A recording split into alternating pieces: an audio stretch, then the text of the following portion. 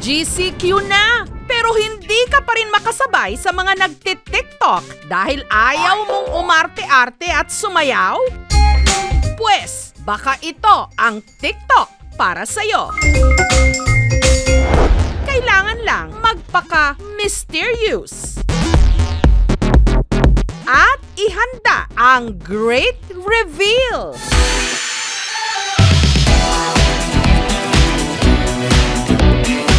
Yun nga lang, kailangan meron kang ka-look-alike na celebrity.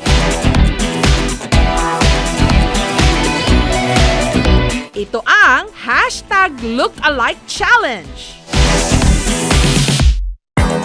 Ang unang kumasa all the way from Dubai. Sino kaya ang ka-look-alike niya?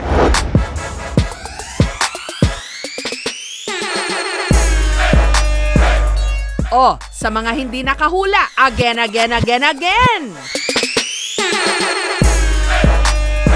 Alden Richards, is that you? Ay mga lover cards, akala nyo si Pambansang Bito, no?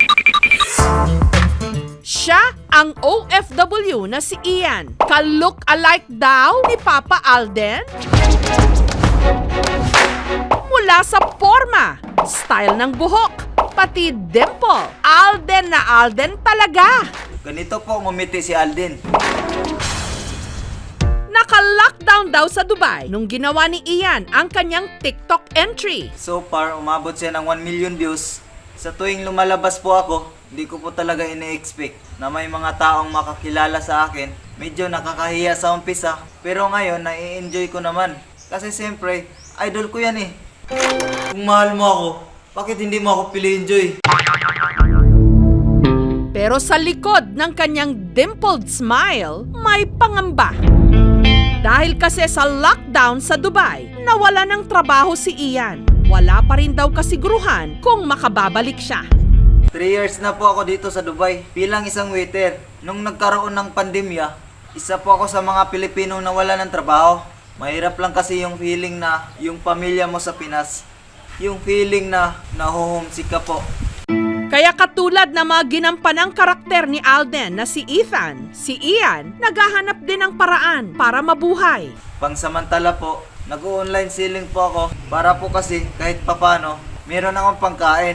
Tapos nung medyo humina na yung pag-online selling ko, madalas nag-online sabong na lang po ako. Pero habang ini-interview namin siya, may biglang nag-zoom na photobomber. Sino siya? Lo, totoo ba to? Bago namin yan i-reveal, next TikTok entry muna tayo. Mahuhulahan nyo kaya ang kanya raw kamukha?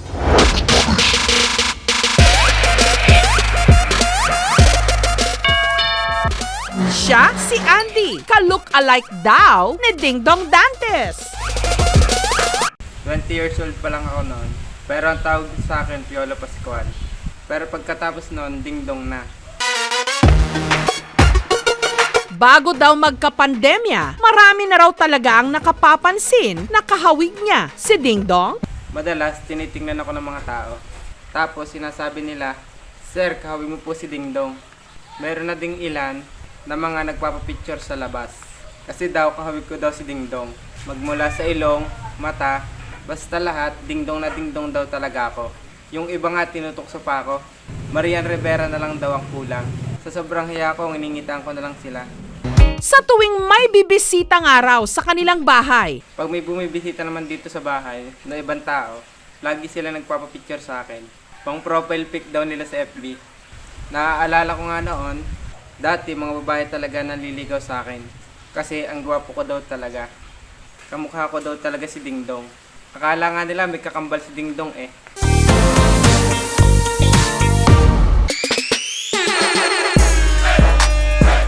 samantala, balik tayo sa Alden Richards look-alike na si Ian. Puro magagandang bagay na lang po ang iniisip ko. Habang ini-interview ng aming team si Ian, may hindi inaasahang nag-join sa aming Zoom interview. Pwede ba mga sumali sa usapan? Lo!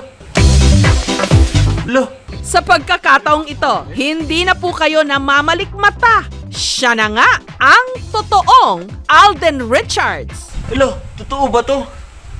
Ay, Hi po, idol. actually, ko lang matanggal yung sombrero ko pero kakapagupit ko lang din. Clean cut, in dimples, pareho. Yung ganito po,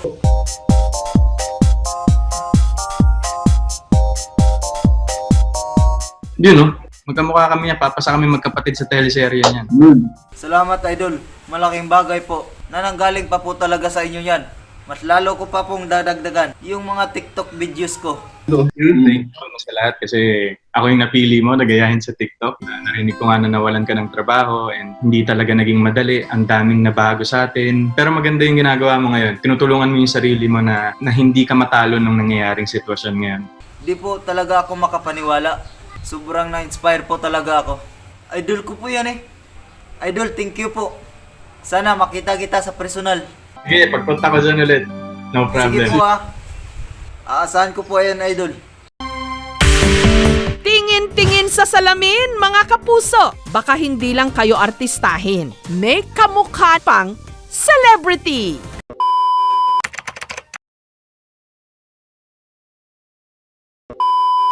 Yo, shoutout nga pala sa nanood sa video namin, sa vlog. Salamat sa pagsuporta.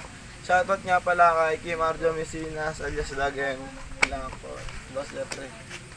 Shoutout sa mga nagsuporta sa aming YouTube channel po at palagi kayong masaya sa aming YouTube channel at palagi kayong mag-subscribe, mag-like at mag-share. Shoutout nga po pala sa Pampanga. Yan, probinsya namin yan, Pampanga. Kung makapunta kayo dyan, maganda dyan sa Lucky Store. Maganda dyan. At shoutout sa Villasoto family yan, mga pisang ko dito sa Orba, sa Laguna. Welcome po kayo. Yo! What's up? Shoutout nga pala sa tropa ko nagpahiram ng bike na to. At ngayon, pupunta kami sa Magdalena. Shoutout nga pala sa mga nanonood dyan at sumusuporta sa vlog namin. Sana matuwa lagi kayo. At sana huwag niyo makakalimutan mag-subscribe and like.